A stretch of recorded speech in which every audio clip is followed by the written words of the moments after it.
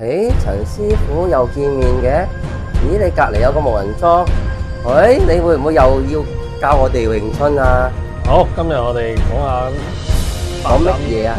八斬八刀，斬刀你個刀喺邊度啊？喺呢度攞嚟先。刀咧，點解要練刀咧？咁我哋都係手法之一嚟嘅，入邊喺晒入邊嘅刀法，即係都係手法嘅。間刀啊，間刀，間刀，間刀，穿刀，穿刀，係啦。刀法就入邊好多嘅，咁咧就練住睇住呢度咁多先。哦，係啦，之後再詳細啲嘅，梗係揾我哋啦。哦，係咪要練好耐先有得玩刀㗎？咁呢個一定係㗎啦，因為你手法始終都要練好咗手法先，跟住再練刀法。但係有冇機會練到刀㗎？我譬如我跟你10年20年後，你會唔會教我㗎？咁啊，肯定有機會啦。